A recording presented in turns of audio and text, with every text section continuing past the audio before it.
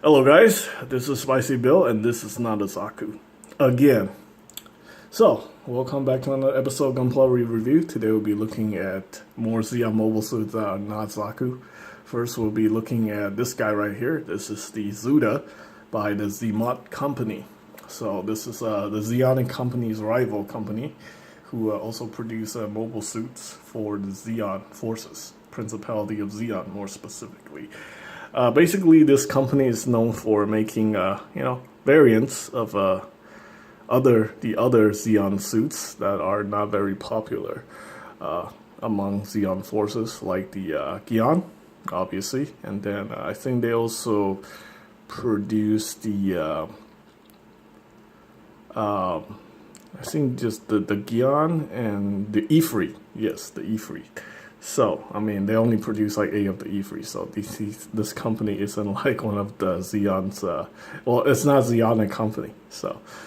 Okay, so the history about the Zuda is that, it was competing to be mass-produced.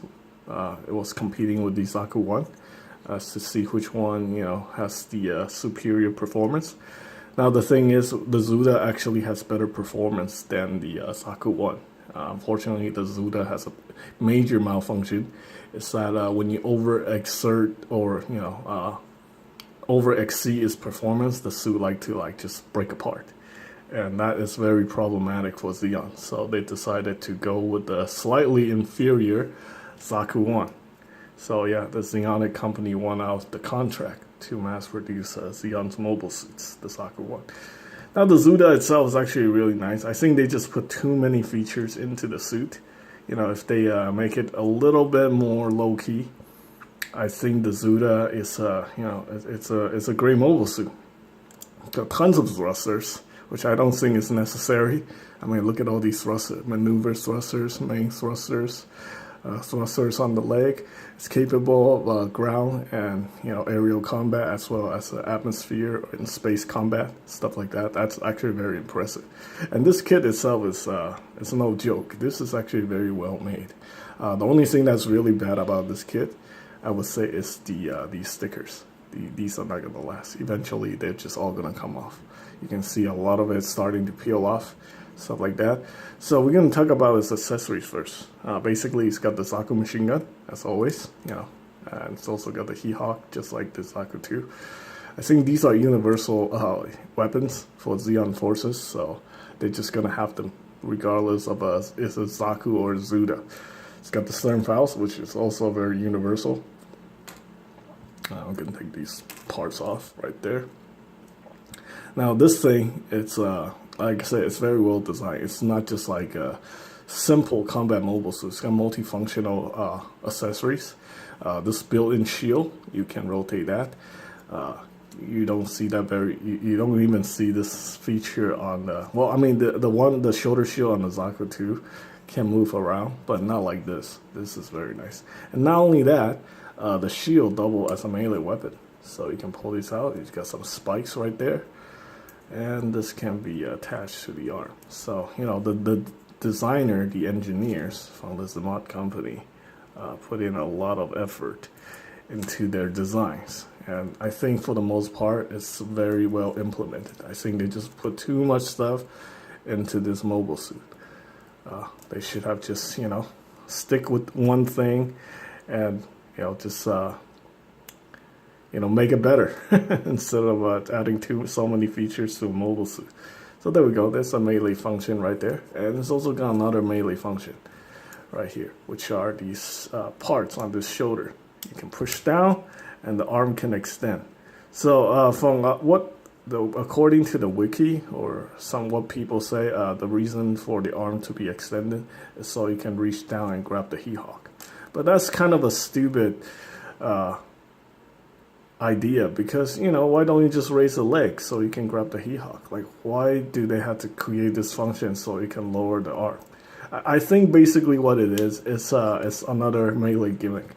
So basically, you can fly up next to another enemy mobile suit and then use like the rocket punch gimmick to knock out the pilot just by punching the cockpit area. That's like a very common thing to do. If you don't want to kill the pilot, you just want to knock him out or destroy the mobile suit, you can do that. I think that's probably the most logical assumption why that feature is incorporated, but I don't know. It's not confirmed at this point. Okay, and then also another gimmick right here. You have the head articulation right here, and the mono eye does move, so that's a very impressive technology. That's more like the Gunpla technology, like Bandai did a great job designing this suit. Now you can, if you're looking at this thing, comparing it to Zaku, this thing looking more like a Tallgeese or like a Leo from the Gundam Wing universe. And I think they pretty much stole that idea from Gundam Wing and then put it into the Universal Century, because this thing came out in the early 2000s as part of a video game. So this unit, like, nobody knows about the Zuda until the video game came out. So they could have easily taken ideas from Gundam Wing and incorporated that into a side story for the Universal Century. Because yeah, it was never said in the original series that Zima Company was making another mobile suit called a Zuda that kind of looked like this. Looked like a Leo or a Tallgeese. I mean, look at the proportions, the legs, the body, the arms. Totally scream Leo or Tallgeese. But still, it's very nice. This is one of my favorite kits of all time.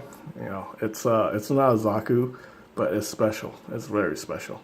I absolutely hate the stickers, but not all the stickers are bad, but most of them are bad because they're just not gonna last you. Okay, for articulations, this thing also has pretty good articulation. We got a hinge here for the leg, for the feet.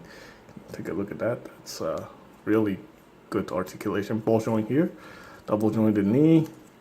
Unfortunately, we got the ball joint to the polycap system right here. It's an older kit. It's like made in the mid 2000s. So side skirt can articulate, but for a kid that's made in the mid 2000s, this thing has incredible articulation. No app climb, just always rotation. Like I said, you can rotate the head, and the mono eye will move inside the head. So that's really good. Got the swing out shoulder gimmick, very nice. Got the instead of the bicep swivel, we have the elbow swivel right here. That's a polycap hidden inside this hard plastic part. And then we also have a hinge right here, 90-degree bend, ball joint for the wrist. We got this very interesting gimmick, the piston action. And then we have the shoulder armor that can be articulated. This thing can rotate, hinge. Yeah, it can go out, in and out. We got the handle, we got the spikes. It's very well designed. It's just highly, I guess the word is that this thing is highly underrated. It's really, really good. If you have a chance to pick up one of these, I definitely jump on it. I'm keeping this guy, so don't ask if I want to sell it. I will sell it if I have to, but if I can maintain my channel without having to sacrifice everything, I want to keep this guy. I really like this one a lot. We have the ball joint here for the rear, the main thruster, main vernier unit. Yeah, this thing has a really good performance. It's unfortunately just somehow it just falls apart according to the wiki. So Zeon decided to go with the more low-key Zaku 1, and the Zaku 1 evolved into the Zaku 2. So there we go. That's the Zuda. And next we have the Drasse, or the Drasse. Basically, this is originally developed by the Dallas fleet. I think they must have salvaged parts from the Zaku 2 F2. You can see the body is actually from the Zaku 2 F2. And this is basically their space combat unit for space only. It has no legs. It's not capable of flight. Oh, maybe it could fly in atmosphere, because it's got these thrusters, but I wouldn't use this in atmosphere conditions. I would probably just use this thing for space combat. So it's got these long maneuver thrusters, for it to fly around, do quick pass on enemy units, stuff like that. It's got some very unique gimmicks. It has a shield, and the shield has a beam saber hill built into it, so it has a beam saber for close combat. That's very nice. Unfortunately, the shoulders on this kit is kind of loose. I might have to stiffen up those ball joints a little bit. Also got a built-in beam rifle or gun. I don't know if this is a beam rifle or it's a gun, but yeah, that's a built-in weapon. That's really good. We got the mono eye. I think the mono eye technically can move along this track, so it's got some, great range of detection. You can detect the enemy up to, well, you can see the enemy on both sides. The mono eye can probably rotate all the way up here too, so you can see some movement right there.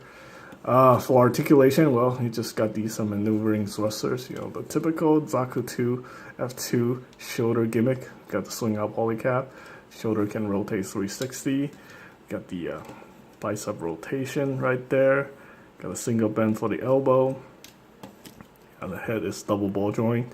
No waist articulation whatsoever. You can move these maneuvering stabilizers.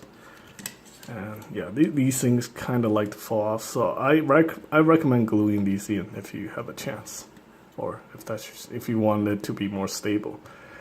Yeah, this thing is getting on my nerves. I think it's because this huge gigantic maneuvering thrusters on the shoulders is just too big, so it can't hold its weight. It's just a tiny little ball joint holding on all these parts. So anyway, the arm is shared with the Zaku 2 F2, the body is shared with the Zaku 2 F2, but everything else is new.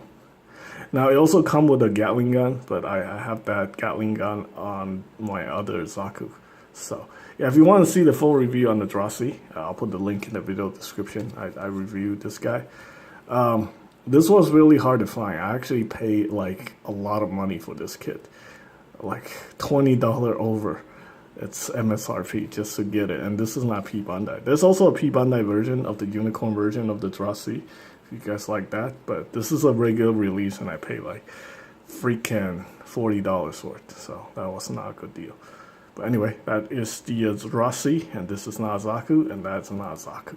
So anyway, that's pretty much it for this re-review. Let me know what you guys think about these two. Which one do you like? And thanks for watching.